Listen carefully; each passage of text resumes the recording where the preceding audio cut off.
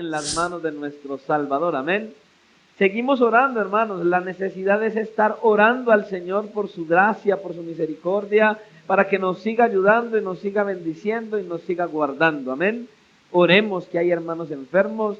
Hoy, bueno, la hermana Marcela está conectada, ya estaba hoy en cita de revisión. Espero que le haya ido bien hoy.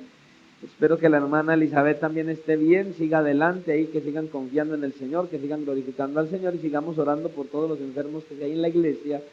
Y sobre todo oremos por los que se enferman ya a partir de la semana entrante, que caen en mayor enfermedad y brillan por su ausencia en la iglesia. ¿Ya? Porque ya viene ese mes peligroso, ¿cierto? Estamos ya terminando el mes de noviembre y entonces, ¿sigue cuál mes? El mes de bebiembre para muchos, aún de la iglesia. Hay muchos que están en la iglesia y en diciembre dicen llegó bebiembre. Así es, alrededor del sancocho, alrededor del licor, de la botella, y muchos hasta cantan la canción. Usted ya sabe cuál es. Entonces, oremos para que el Señor en su gracia reprenda toda obra del diablo y que la iglesia pueda seguir adelante, avanzando y caminando de la mano del Señor. Amén. Sigamos orando por la iglesia. No olvidemos los pastores, hermanos, los pastores de las diversas sedes que tenemos, de la iglesia de Jesucristo, toda la iglesia en general. Recuerden, estemos orando por todos los pastores, los servidores y la iglesia, de todos los que hacen parte de la Federación Colombiana de Iglesias Cristianas Evangélicas. Oremos por las iglesias que hacen parte de nuestro ministerio también, la iglesia que tenemos en Miami. Oremos por el pastor Jordi. Él, de hecho, pues hablaba con él hace días, en la ordenación del pastor Oscar Iglesias en San Juan. Ya él es el pastor, ya no es el hermano Oscar, ya es el pastor Oscar Iglesias en San Juan. Gloria al Señor, que la iglesia va avanzando. Y él nos contaba, que nos decía que estuviéramos orando porque él tiene muchos deseos de regresar a Colombia. Oremos que en la gracia del Señor pueda así ser conforme el propósito del Señor.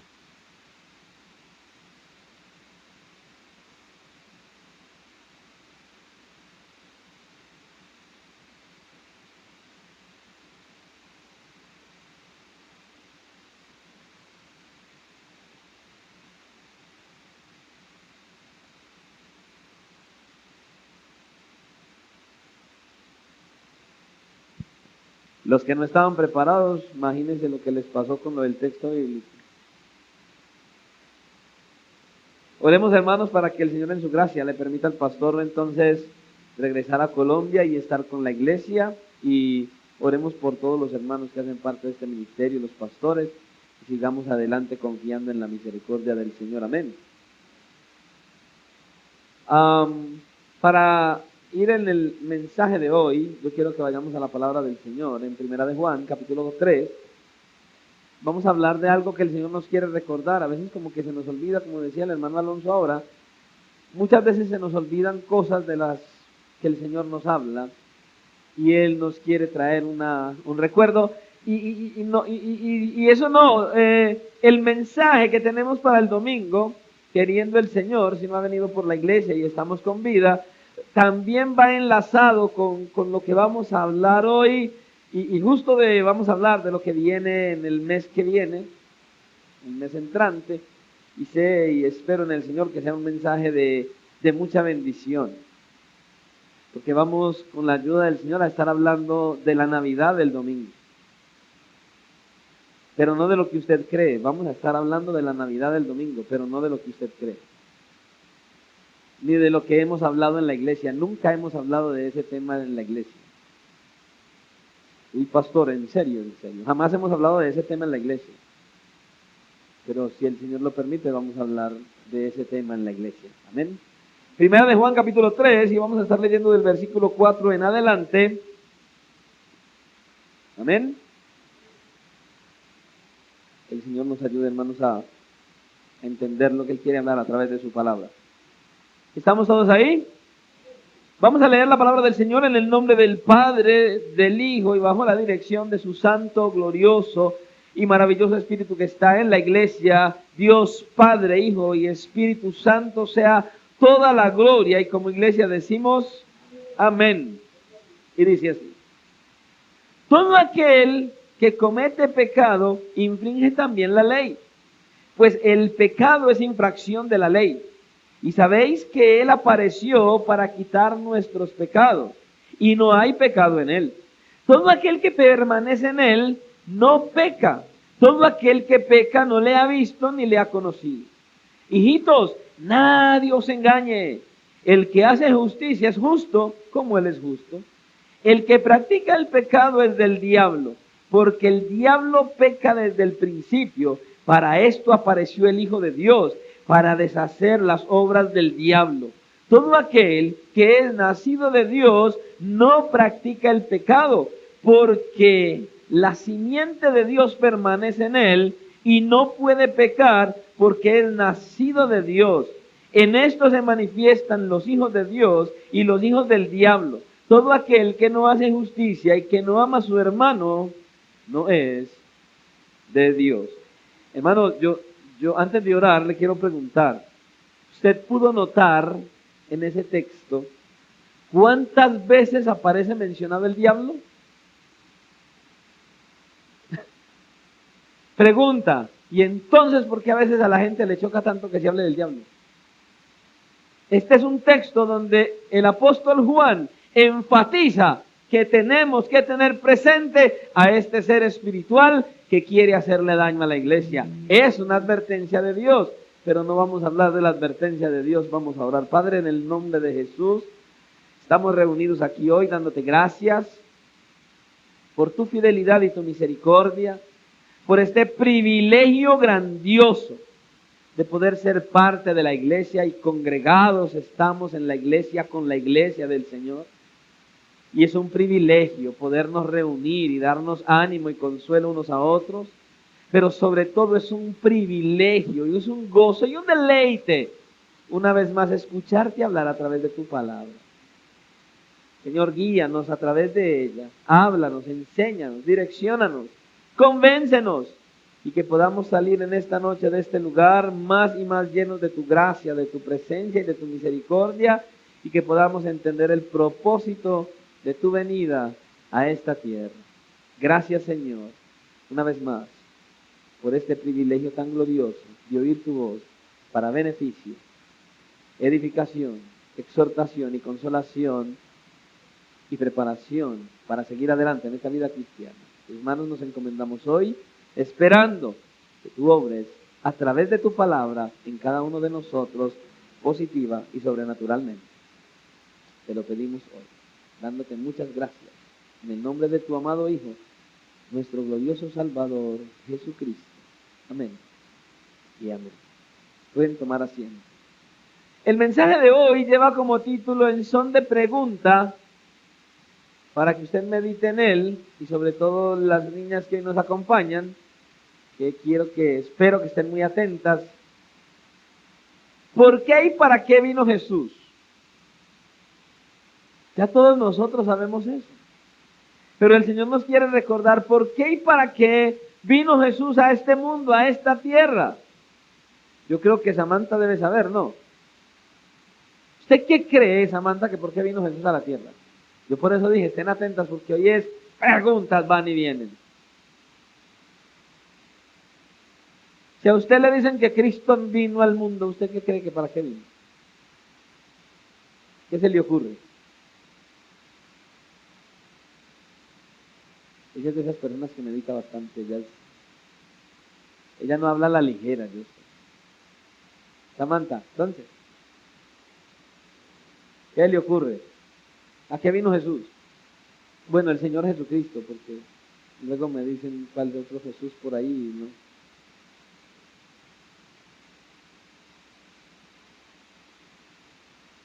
¿Nada? Bueno, Luciana le ayuda.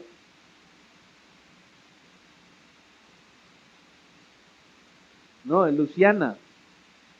Luciana, la pregunta es ¿para qué vino Jesús? ¿Por qué y para qué? ¿Por qué y para qué? ¿Por qué y para qué?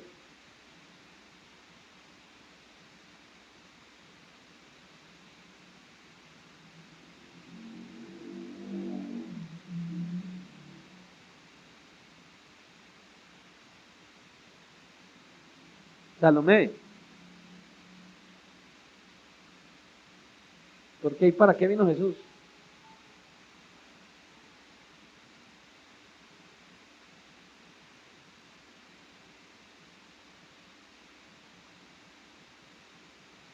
Juan.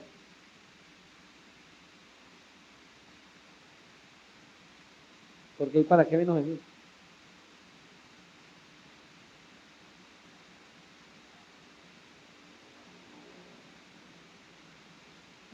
Hermana Claudia Uribe. Hay que aprovechar los que no vienen, cuando vienen.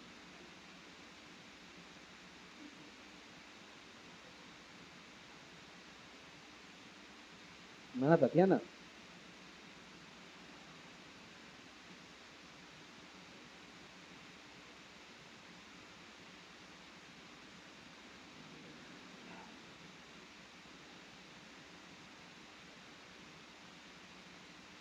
Bien, Salomé ya nos contestó, Dulce María.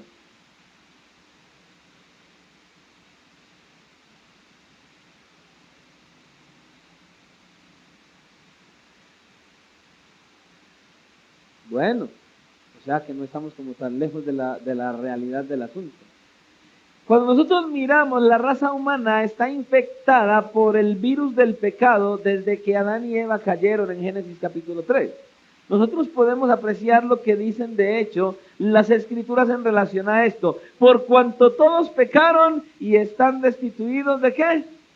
De la gloria de Dios. Está en Romanos capítulo 3, versículo 23. Pero luego también dice que la paga del pecado es muerte. Romanos 6, 23. Ahora, el pecado lo que hace es conducir a la muerte física, pero luego a la muerte espiritual. Y recordemos que estuvimos hablando el martes anterior acerca de lo que significa esa palabra muerte, separación. Entonces, cuando hablamos de la muerte física, decíamos, ojo niñas, que no la vaya a corchar ahorita. La muerte física, ¿qué es? La muerte física es la separación del cuerpo, el espíritu de vida y el alma del ser humano. Cuando una persona muere, entonces usted ve que ahí queda el cuerpo, pero ese cuerpo ya está inerte, porque cuando alguien muere, lo primero que sucede es que el alma sale y el espíritu de vida también.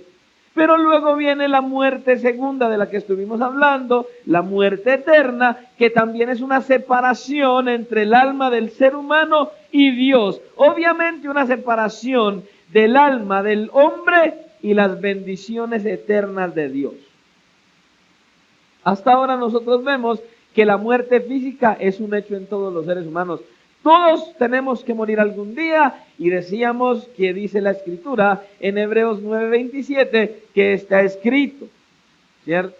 Ya está dicho, ya Dios lo dejó determinado, que el hombre muera una vez y después de eso el juicio.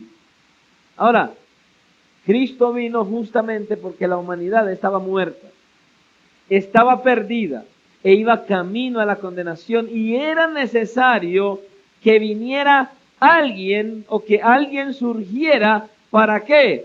Para pagar justamente esa deuda. Nosotros no podíamos pagar esa deuda. Nosotros no teníamos cómo. No había manera. No podíamos sacrificarnos. Nosotros no podíamos hacer nada en lo absoluto para evitar ir a la condenación. De hecho, cuando miramos Génesis capítulo 3, vemos que el ser humano cayó, Adán y Eva pecaron, y cuando ellos comieron del fruto en desobediencia a Dios, cuando ellos negaron la veracidad de las palabras de Dios, ¿qué fue lo primero que sucedió? Lo que la serpiente les había dicho. Sus ojos les fueron abiertos y se dieron cuenta ¿de qué? ¿Y cuál fue la primera reacción? ¿Ah?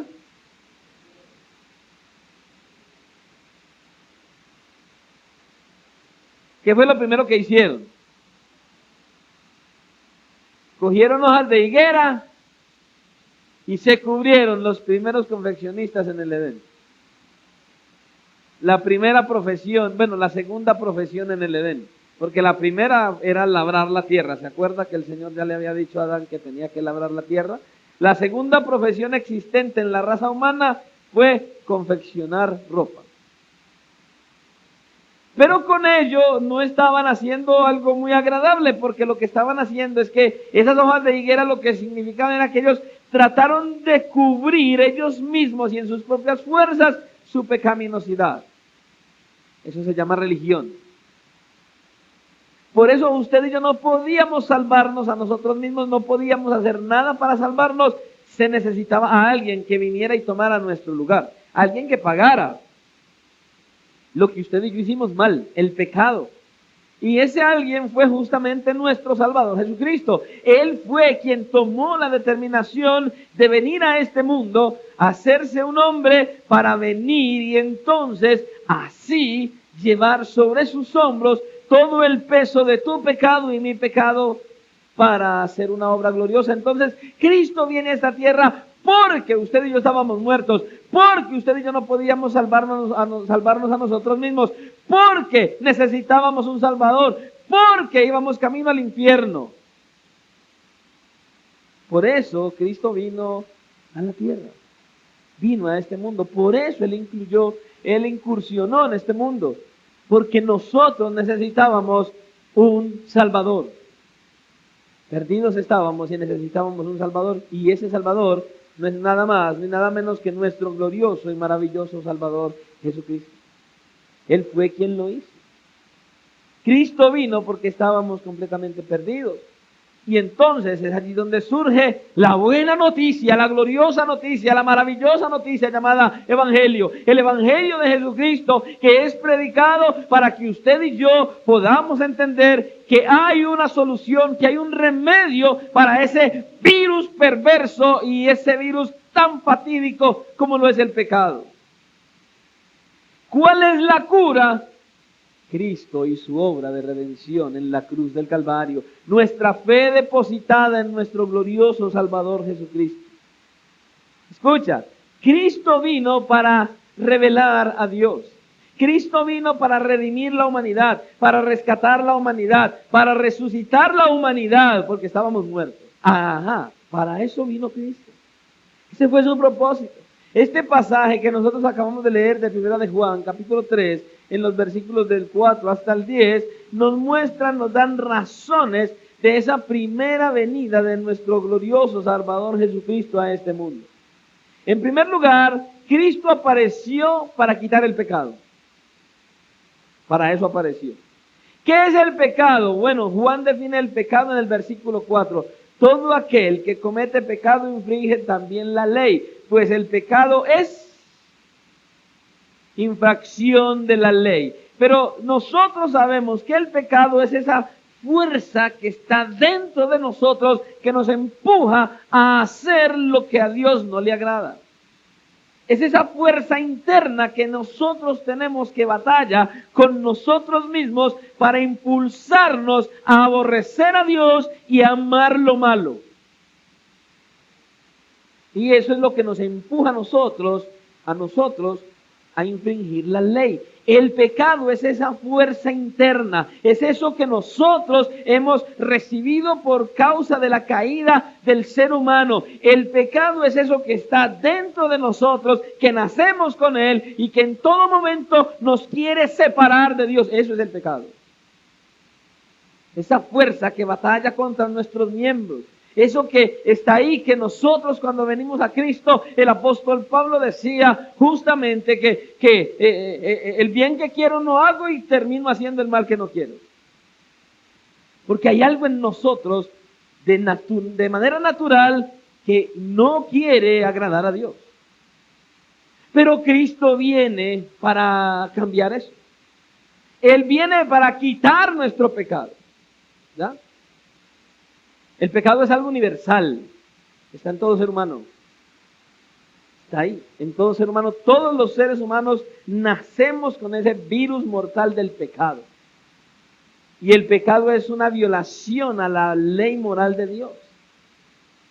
El pecado es vivir en lo injusto. El pecado es rebelión en contra de la voluntad conocida de Dios. Eso es lo que es el pecado. Cuando usted y yo actuamos de manera pecaminosa, cuando usted y yo hacemos lo que no agrada a Dios, usted y yo nos estamos levantando en armas en contra de Dios mismo, en contra de su santidad. Queremos levantarnos y abofetear de manera directa a Dios mismo en el rostro. Estamos colocando de nuevo esa corona de espinas sobre su frente hasta hacerlo sangrar. Cuando usted y yo desobedecemos a Dios, cuando usted y yo hacemos lo que a Dios no le agrada, eso es justamente el pecado. Cuando estamos en pecado violamos las normas que Dios trae. Mire, a veces no la vemos tan importante. No tener esa relación con Él es violar sus mandatos. No ir a las Escrituras es estar violando el mandato del Señor porque Él no lo ha dicho. No congregarnos con la iglesia cuando la iglesia se reúne. No compartir el mensaje con otros porque la Escritura nos ha dicho a nosotros ir y predicar el Evangelio a toda criatura. Desobediencia. Por eso Cristo vino para quitar el pecado. Y dice que no hay pecado en Él. Lo acabamos de leer en el versículo 5. Cuando nosotros miramos la Escritura, vemos que Juan el Bautista en un momento dado vio a Cristo. Y cuando lo vio, ¿qué fue lo que él dijo? He aquí el Cordero de Dios. ¿Qué? Que quita el pecado del mundo. Nadie que viva en unión con Cristo practica el pecado.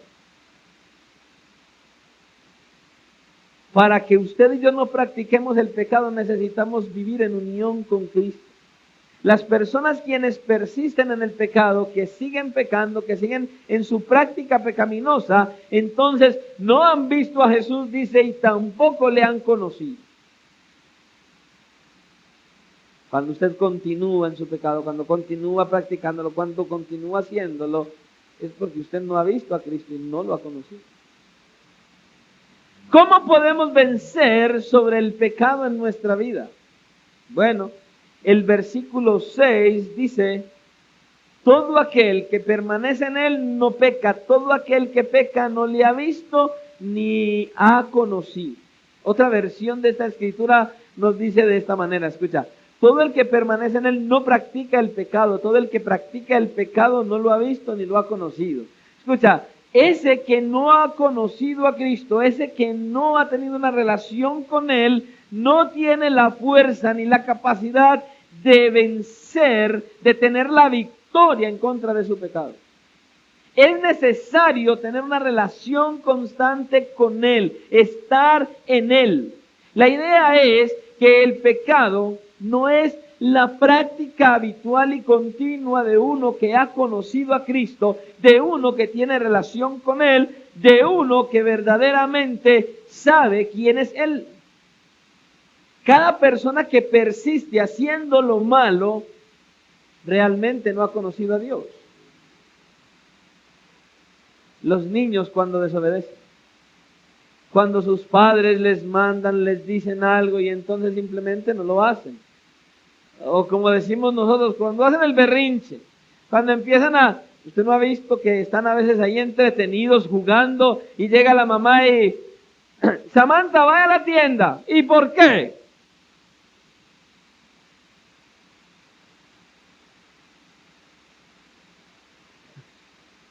Desobediencia. Jamás el vaso le dice a su hacedor, ¿ves? Es desobediencia. Ese que tiene una práctica constante y pecaminosa es porque no ha conocido aún a Cristo. No lo ha hecho. Las personas que persisten en el pecado no han conocido a Dios. Y la razón la vemos en el versículo 7 justamente. Hijitos, nadie os engañe. El que hace justicia es justo como Él es justo. Cuando usted y yo venimos a Cristo, cuando usted y yo hemos sido llamados por Él y recibimos a Cristo como Señor y Salvador, en ese momento en el que usted y yo recibimos salvación, entonces Cristo viene a morar en nosotros en la persona del Espíritu Santo. Él mismo viene y hace habitación en el corazón nuestro. Y entonces viene para traer una nueva vida a cada uno de nosotros y así podernos dar la victoria sobre nuestro pecado. Pero Él necesita venir a hacer una habitación en nosotros. Necesitamos recibirlo como Salvador. Y en segundo lugar, Cristo apareció, dice también, para deshacer las obras del diablo. Por eso yo le decía, mire, a mucha gente en las iglesias hoy les fastidia que uno hable del diablo, que uno hable de Satanás, que no sé qué. Pero usted aquí puede notar con toda claridad cómo el apóstol Juan en este pasaje no repara en decirlo 1, 2, 3, 4 veces. No le importa. Del versículo 8 en adelante dice, el que practica el pecado es del diablo. Imagínense, ya comenzó allí. Porque el diablo peca desde el principio. Para esto apareció el Hijo de Dios, para deshacer las obras del diablo. Ya vamos en 3. Todo aquel que es nacido de Dios no practica el pecado, porque la simiente de Dios permanece en él y no puede pecar, porque es nacido de Dios. En esto se manifiestan los hijos de Dios y los hijos del diablo. Todo aquel que no hace justicia y que no ama a su hermano no es de Dios. ¡Wow! Tremendo esto. Vemos aquí entonces el principio del pecado en estos versículos. Dice que el diablo pecó desde el principio, o sea, desde el momento en el que él se rebeló en contra de Dios. Ahí. Entonces, las personas que viven constantemente en pecado, dice que son del diablo. Eso dice el pasaje, que no son de Dios.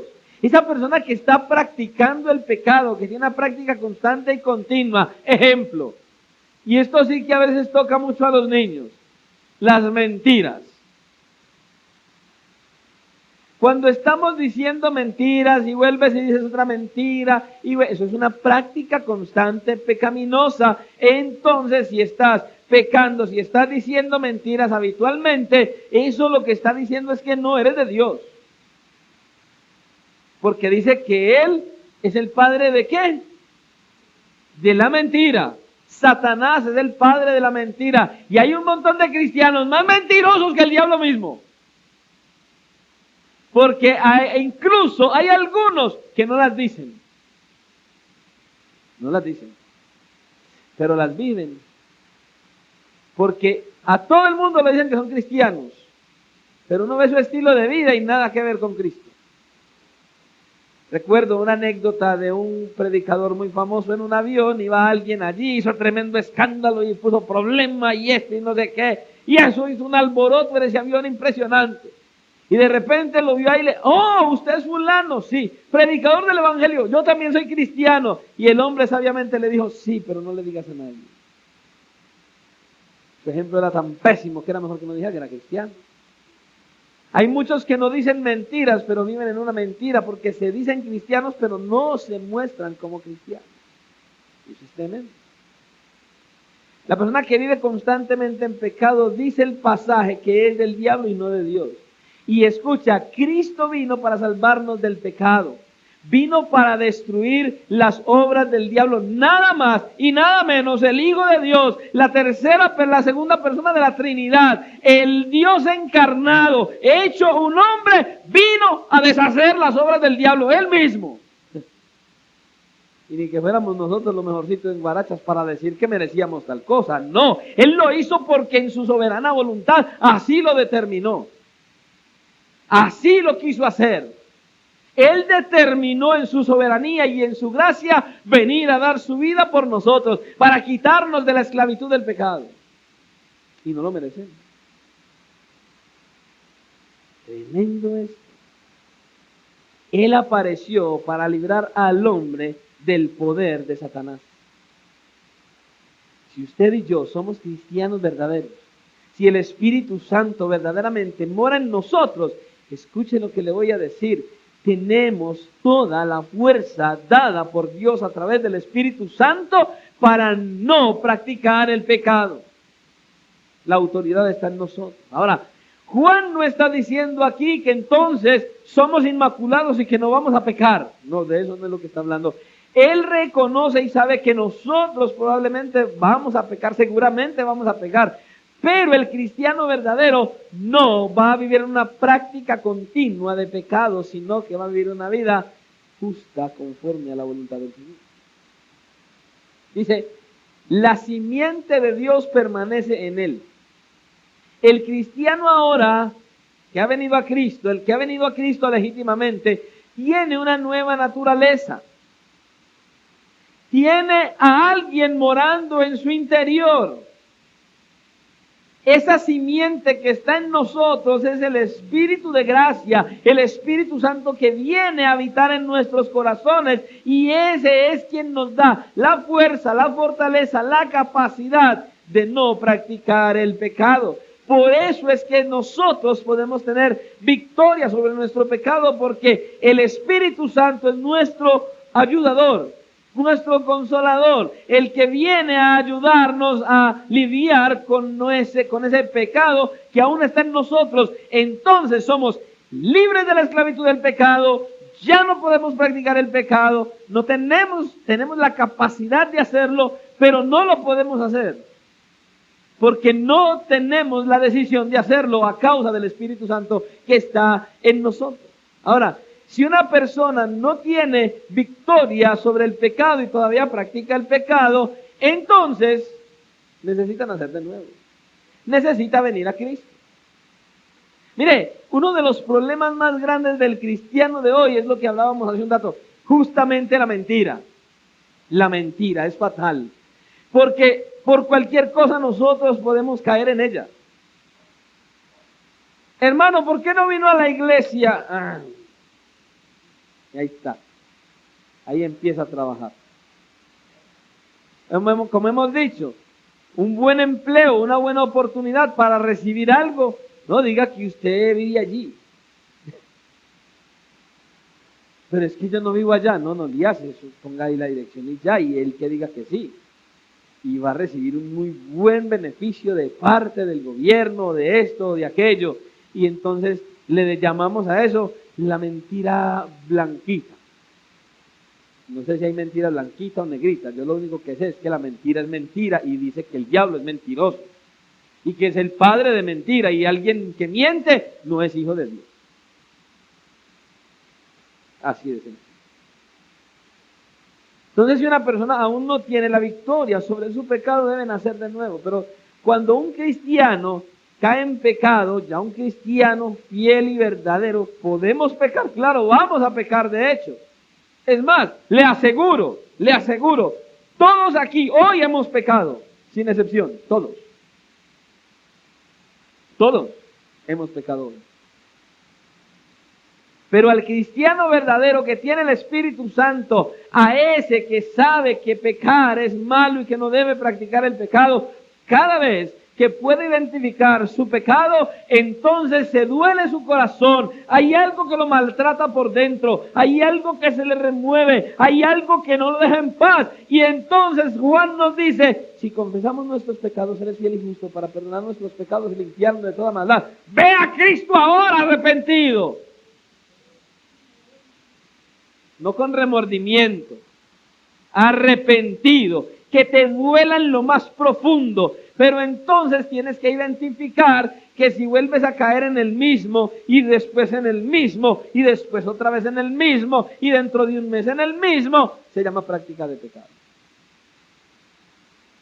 Y hay que estar atentos a eso.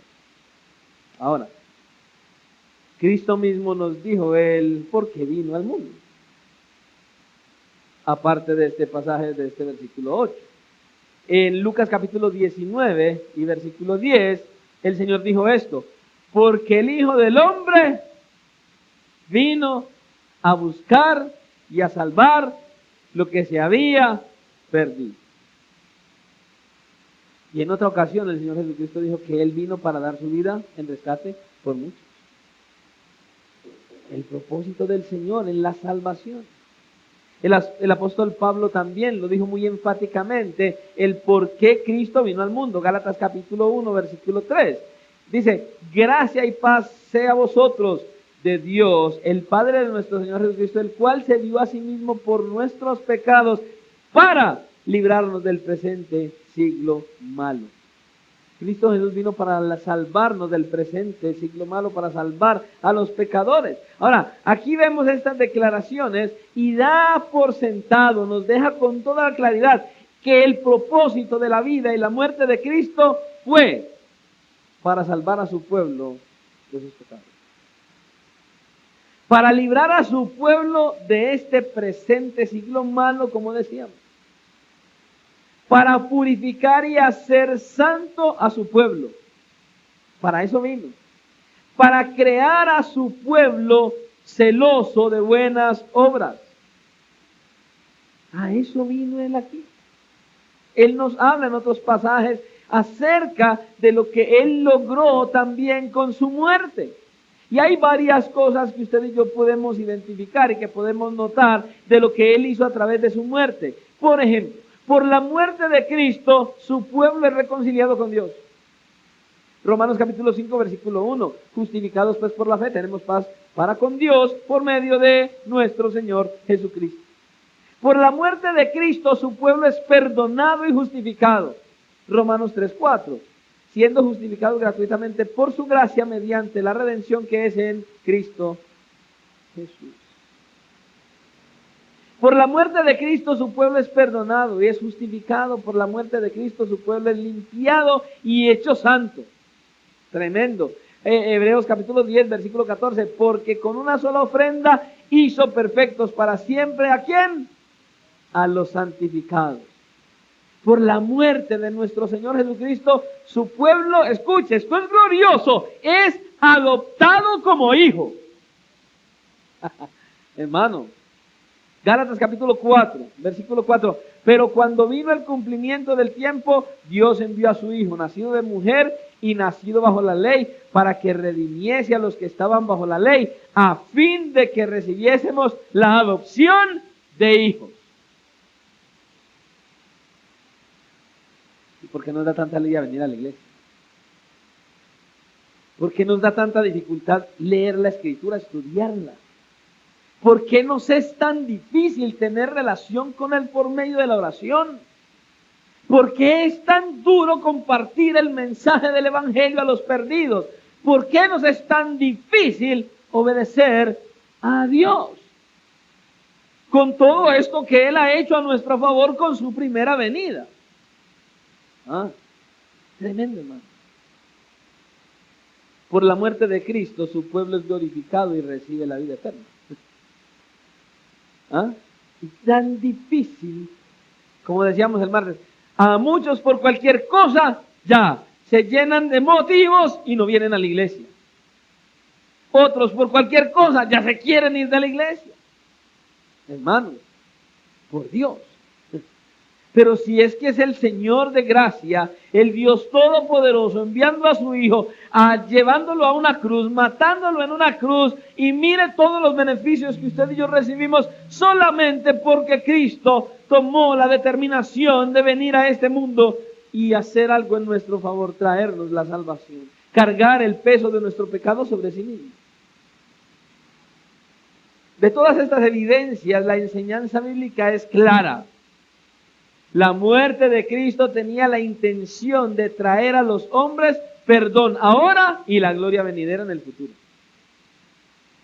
Eso fue. Versículo 9.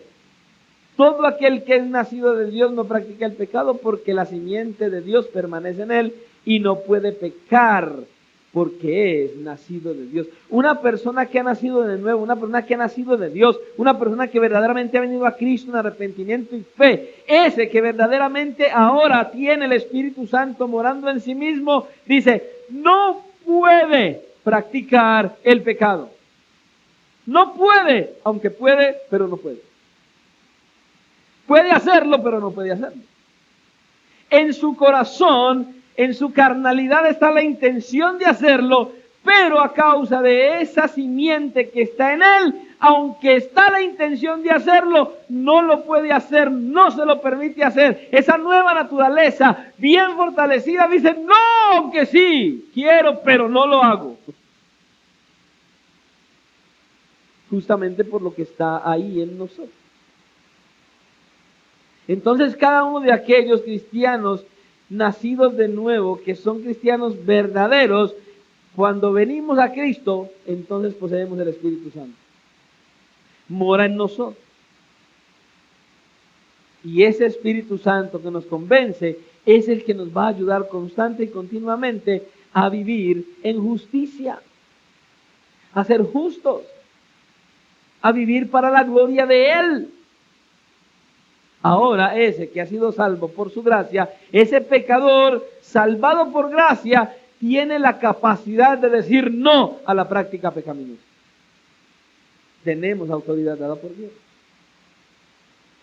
Ahora, todos sabemos. ¿Será que sí?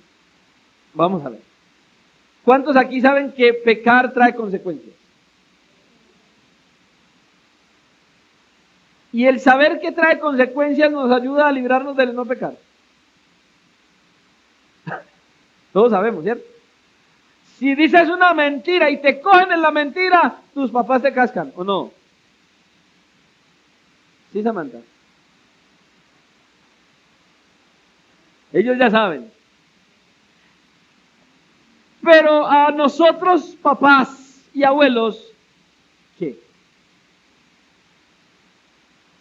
Pues no nos casca nadie, pero vienen consecuencias de parte del Señor. ¿Cierto? Pero a pesar de que sabemos eso, desobedecemos. Hacemos lo que no agrada al Señor. Tranquilo, pero usted sabe que le van a venir las consecuencias. Y eso no te ayuda en nada a evitar pecar. Pastor, y entonces, ¿quién o qué lo puede hacer? Mira, lo que te va a ayudar a no practicar el pecado es tu conocimiento de Dios y tu relación con Dios.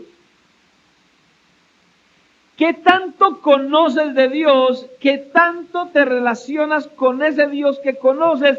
Es lo que te va a ayudar a no vivir una vida pecaminosa, una vida practicante de pecado. Entre más lo conoces, más te relacionas. Y entre más lo conoces y más te relacionas, más lo amas. Y entre más lo conoces, más te relacionas y más lo amas, más fuerte te haces para decir no voy a defraudar a aquel que me ama. Es así. Cuando Cristo viene a morar en ti, en la persona del Espíritu Santo, entonces Él nos da autoridad para decir no al pecado, a la práctica pecaminosa. Ahora, parte del problema de que practiques o no el pecado, de que practiquemos o no el pecado, es que no conocemos lo suficiente a Dios. Y cuando no conoces lo suficiente a Dios, entonces todo lo que hay en el mundo, los halagos, las distracciones, todo lo que el mundo te ofrece, te llama la atención y quieres hacerlo y llevarlo a la práctica. Todo lo que el mundo ofrece, los lujos, las posesiones, el dinero, la televisión, los celulares, la fama, los viajes, en fin, todo lo que el mundo ofrece te llama la atención. ¿Por qué? Porque no tienes un claro conocimiento de Dios. Entonces no eres fuerte en su conocimiento y por eso no tienes la victoria en tu práctica de pecado, porque no conoces a Dios lo suficiente.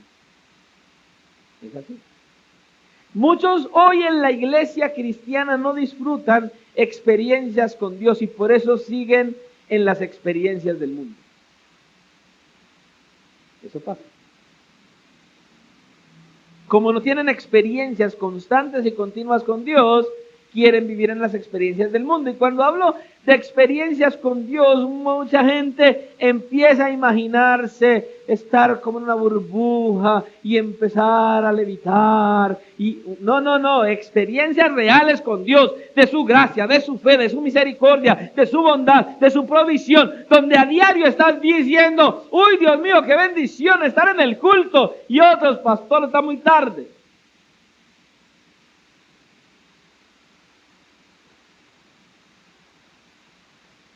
Cuando conocemos a Dios como Él quiere, entonces podemos tener la victoria sobre el pecado. Cuando lo conoces. Cuando lo conoces. Si usted tiene una relación con alguien, yo voy a hacer una pregunta así. Por ejemplo, Sara. ¿Cuántos años lleva Sara siendo hija de su mamá? Muchos años. ¿Sara conoce más a la mamá hoy o hace 10 años atrás? Hoy. ¿Por qué? Porque lleva 10 años conviviendo con ella. Más de 10 años conviviendo con ella. Muchos más de 10 años conviviendo con ella. Sí, Sara tiene más de 10 años. Todos aquí sabemos que ella tiene más de 10 años. Es así. A medida que pasas tiempo con Dios, lo conoces más. Y entonces a medida que lo conoces más, Él te va a dar la fuerza y la victoria sobre tu pecado. Si conoces poco a Dios, créeme, vas a tener poca victoria sobre tu pecado. Usted y yo, los cristianos, hoy necesitamos experiencias con Dios para que las experiencias del mundo no resulten tan atractivas. Por eso el que permanece en Él, dice, no permanece en pecado. O sea, no practica el pecado. Y el que practica la justicia es de Dios. El que no practica la justicia no es de Dios. Es así de sencillo. Pero también fuera de eso nos dice que como tampoco es de Dios aquel que no ama a su hermano, y de eso ya estuvimos hablando en otras ocasiones. Ya hemos mencionado eso. Ahora, el que usted y yo amemos a nuestros hermanos de la iglesia, a nuestros hermanos cristianos, muestran que yo verdaderamente he nacido de nuevo. Por eso lo hemos dicho en tantas ocasiones. Yo no tengo nada contra mi hermano, mi hermana, pero de lejitos. No lo amas, tranquilo. Está siendo un homicida, dice la Escritura. Ahora, ¿por qué amas a tu hermano? Porque ahora la simiente de Dios está en tu corazón, y si está en tu corazón, está en el otro. Debes amar a tu hermano. Es verdad, es verdad, es verdad, es verdad. Hay unos hermanos y unas hermanas que hacen hasta lo imposible para que tú los ames y los quieras despedazar.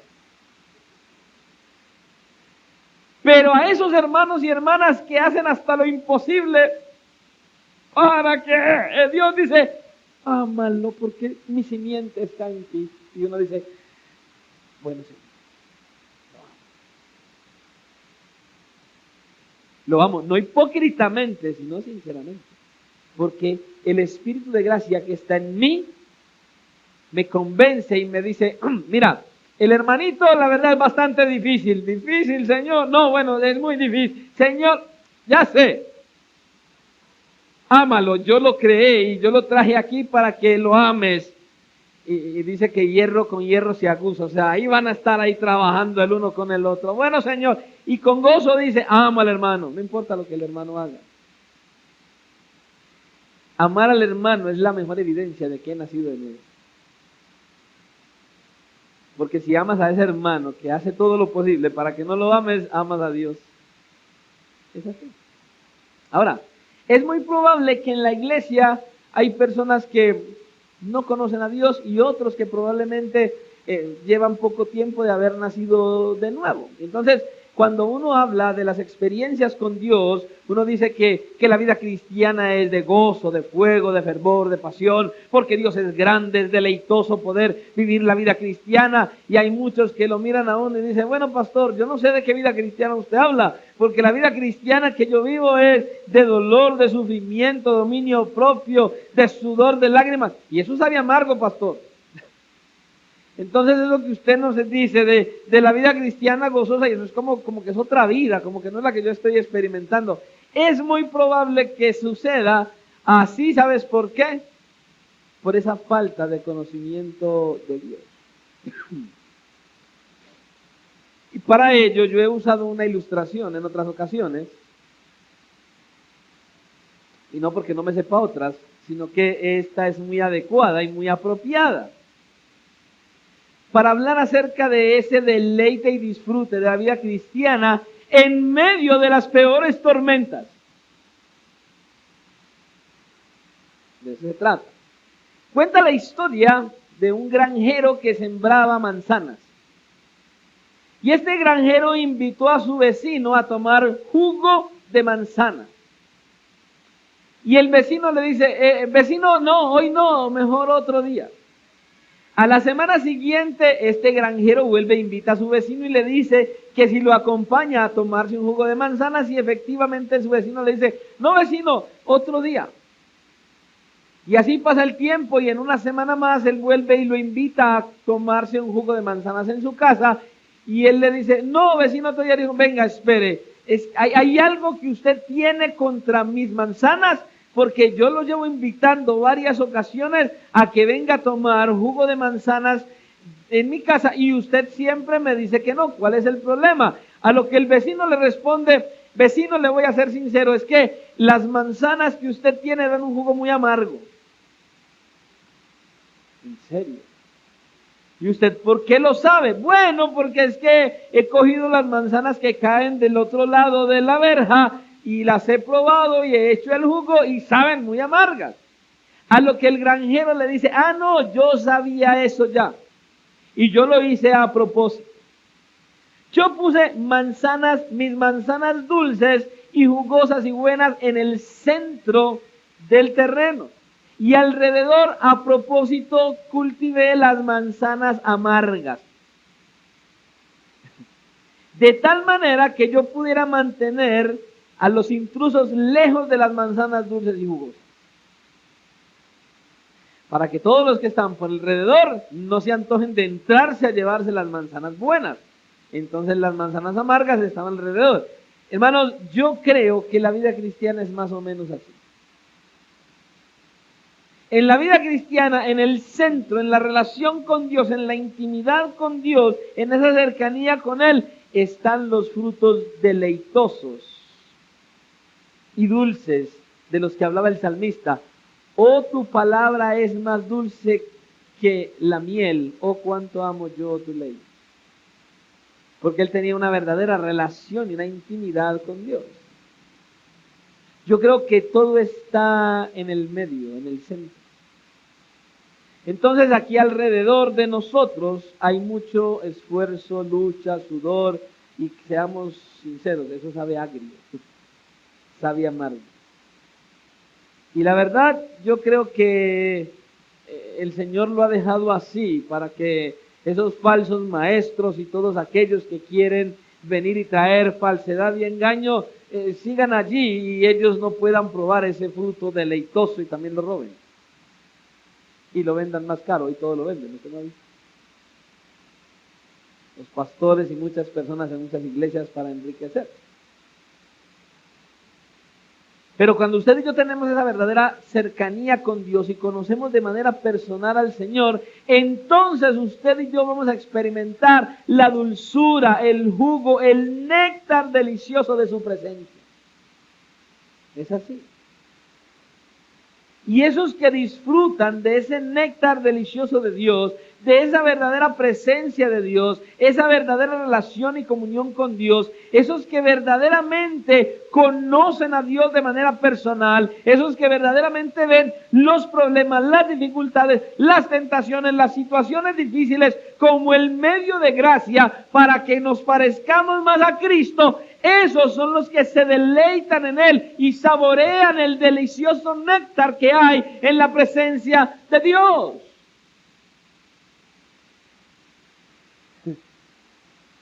Dice que a la diestra del Señor que hay delicias para siempre. En la presencia del Señor, cuando dice delicias a tu diestra para siempre, es ese que está ahí empapado y abrazado a su Dios. Y puede disfrutar de Él, aún en medio de las peores tormentas.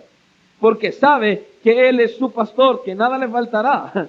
Que en lugares de delicados pastos lo pastoreará. Que lo llevará por corrientes ¿de qué? Ese que disfruta verdaderamente de la presencia del Señor. Y ese que está deleitándose en la presencia, mira al mundo y dice, no, gracias. Esto que hay tan delicioso aquí es mejor que lo que está allá afuera, completamente.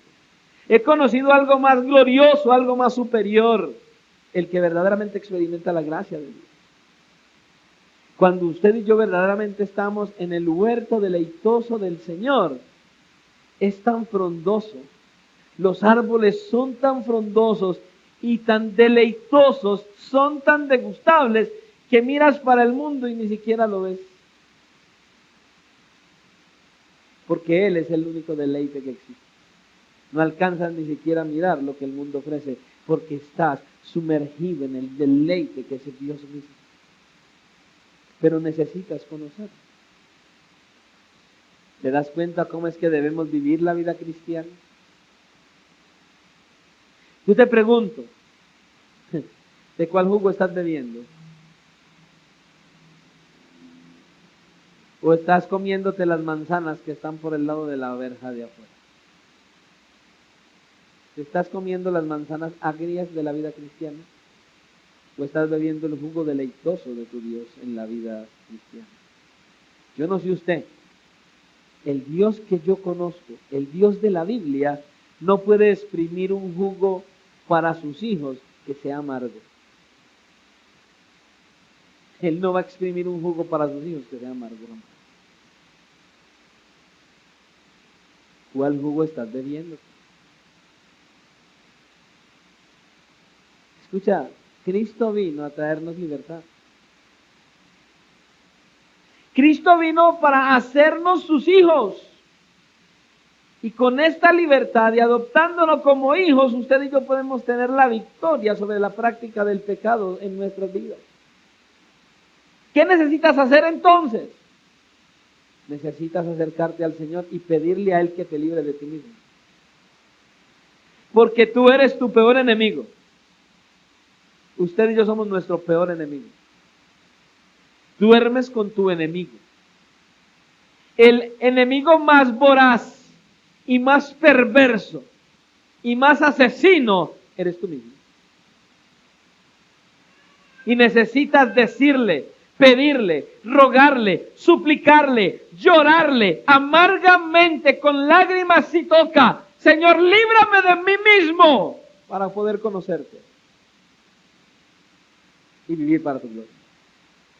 Y así usted y yo podamos disfrutar del néctar deleitoso de Dios, del sabor dulce de su presencia, de su presencia.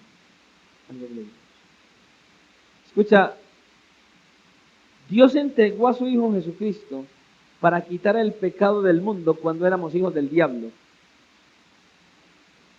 ¿Qué más y cuánto más no te va a dar ahora que eres su hijo? ¿No crees que te va a ayudar a ser cada día más libre de esta esclavitud? Si envió a su Hijo a morir en nuestro lugar cuando éramos hijos del diablo, que no merecíamos nada, ¿cuánto más? Si ahora clamas a Él, no te va a dar ahora que eres su hijo. Pero ven a Él, ruégale, suplícale, háblale, dile cómo estás, dile qué necesitas, dile qué te estorba, dile qué te fatiga. Clámale, ruégale, suplícale, llórale con gemidos angustiantes. Clama por tu salvación, clámale a Él por la victoria que necesitas para vencer la práctica de pecado que quiera estar en tu vida. Y estoy seguro que te la va a dar. Estoy seguro que te la va a dar. Solo acércate a Él y Él lo hará. Hazlo desde lo profundo de tu ser, con gemidos, con ruegos. Humíllate delante de Él. Y cuando te humilles delante de Él, Él va a escuchar tu clamor y va a traer la libertad que necesitas. Confío en Dios. Que atiendas a estas palabras, a este recordatorio. Nada de lo que hemos hablado es nuevo. Que el Señor nos ayude, hermanos. A ver, seres pecadores, merecedores del infierno, salvados por gracia y con todos los privilegios que no merecemos, dados por Dios a través de su Hijo Jesucristo. Que el Señor nos siga ayudándonos. Fortalezcámonos en Él. Sumerjámonos en el centro del huerto. Disfrutemos del néctar delicioso de nuestro Dios y así podamos abstenernos de estar mirando lo que el mundo te ofrece y vivas en el deleite de lo que Dios ya te dio por pura gracia. Oremos a nuestro Señor. Padre nuestro que estás en los cielos y que te manifiestas y habitas en nosotros, en aquellos que has salvado por gracia, en la persona del Espíritu Santo, nos dirigimos hoy a ti con gratitud. Señor, cuán gloriosa es tu palabra. Cuán maravilloso es saber por qué has venido y para qué has venido. Gracias, Señor, por mostrarnos ahora estos deleites y estos privilegios tan gloriosos. Gracias, Señor, por traernos una vez más a memoria todo cuanto te ha placido hacer a nuestro favor, que a veces se nos olvida. Señor, por favor, ayúdanos a tener corazones sensibles que puedan sentir y experimentar esta gracia maravillosa de lo que tú hablas a través de tu palabra. Señor, míranos a todos los que estamos aquí, desde el más niño hasta el más adulto. Que cada corazón sea sensible a esta verdad. Que cada corazón experimente esta gran verdad. Viniste porque estábamos muertos en delitos y pecados y has venido a darnos vida por amor a tu nombre. Y viniste para que nosotros tengamos la libertad de la esclavitud, del pecado, para ser libres del dominio de Satanás y para ser llamados hijos del Altísimo, del Dios viviente. Gracias, Señor. Gracias. Gracias por recordárnoslo, gracias por hablarnos nuevamente a través de tu palabra y afirmarnos más en ese privilegio de ser hijos de Dios, salvados por gracia, cuando íbamos al infierno. En tus manos, Señor, estamos hoy confiando de que tú eres fiel y justo, de que tú hablas a nuestras vidas con el firme propósito de transformar nuestras mentes y nuestros corazones. Ayúdanos a salir de este lugar hoy con gozo, con alegría, en bendición, en victoria, creyendo en nuestros corazones que tú estás de nuestro lado, que nos has dado la autoridad y el Espíritu Santo para poder vencer, para tener la victoria sobre la práctica pecaminosa que quiere habitar en nosotros. En tus manos estamos confiados de que nos llevarás en bendición y en cuidado a nuestros hogares y que nos has de ayudar a seguir meditando en tu palabra y vivir cada día más para tu gloria y enseñar a otros a que te conozcan y vivan también para gloria, honra y alabanza de tu nombre. En tus manos nos quedamos, nos encomendamos y te damos gracias por tu fidelidad y tu misericordia en Cristo Jesús. Amén y amén. Dios les bendiga, Dios les guarde y que tengan todos una noche en bendición y en la victoria.